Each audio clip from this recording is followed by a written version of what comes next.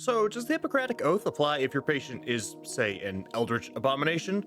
Hey people, voice talking to you, and this is Do No Harm, a morally gray doctor simulator set in a spooky Lovecraftian island village. If you'd like to check this game out for yourself or download the demo, there's a link for you down in the description, and right next to that is a link to my full playthrough stream, just in case you want to see some more gameplay and my first impressions. We are a struggling doctor of questionable moral character who moves to a mysterious island town off the New England coast with the hopes of making our fortune by solving the strange illnesses plaguing the locals.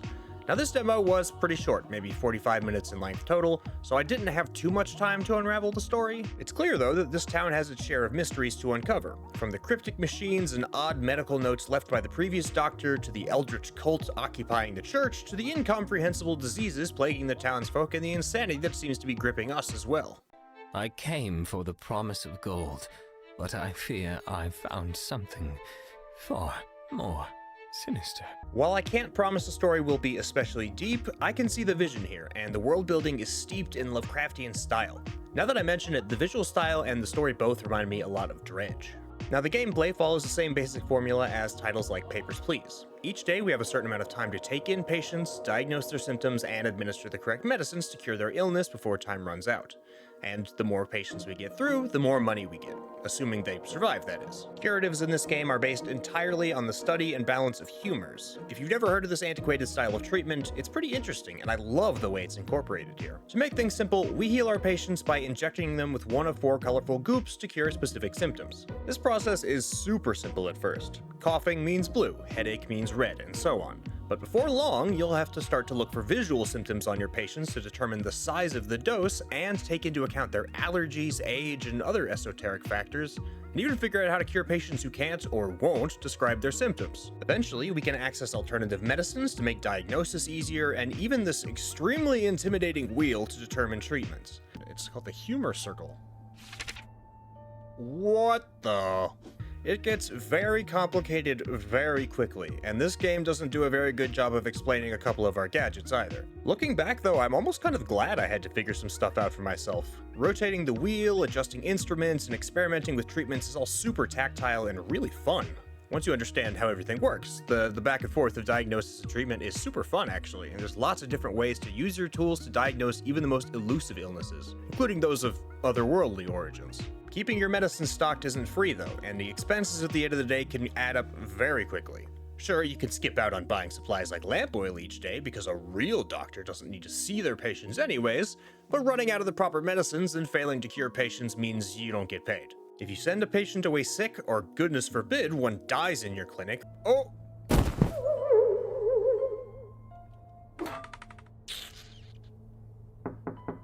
My bad. Hey, ignore that guy. The town will remember that and react to these changes in reputation. It seemed to be hinted that trust was paramount to accurately diagnosing patients, but I don't know if poor reputation directly translates to less detailed descriptions of each person's symptoms. If it doesn't though, it should. Aside from finances and the health of each patient, we have to manage our sanity as well. The madness of this place will wear on us, and allowing hallucinations or even otherworldly appearances to continue without medicating ourselves can lead to difficult treatments or other dangers. I see an anomaly. Let me drink this. Your head's a fly. Just letting you know that.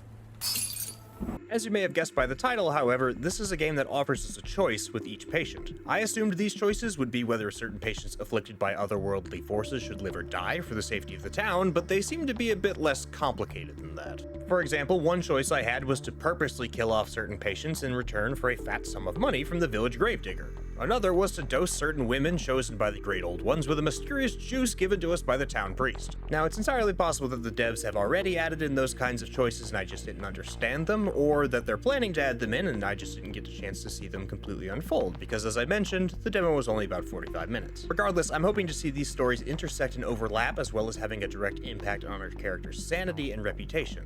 Balancing all that with the intricate medical side of things makes for a surprisingly deep and really addicting gameplay loop. There isn't too much else to be said about the game as it is now, but there's definitely some points that could be added or improved upon. Firstly, a shop of some kind where we can buy upgrades to our equipment or even questionable otherworldly tools for curing eldritch diseases would be a big improvement and add a lot to the world building too. On top of branching out the gameplay, fleshing out the story is going to be super important here. I'm really interested in the world the devs have built, and I love the mechanics, but without a good story that reacts to the player's decisions and maybe incorporates some random events, this game isn't going to have much replay value. With all that in mind, this is a delightful little game that I'd love to play again once it's complete. Then again, I'm just the voice in your head. So what do you think about Do No Harm? Are you into the medical diagnosis system here, or do you wish it was less complicated? Is this one of those games that you could loop for hours, or is it too repetitive for your tastes? Let's talk about it in the comments. If you enjoyed this video, leaving a like helps get the channel through the algorithm and keeps the flyheads away from my house. Get lost. If you want to see more, subscribing is the best way to support the channel and keep new content coming your way, because I put out new stuff every week. Thanks so much for listening to me today, and you'll be hearing from me again real soon.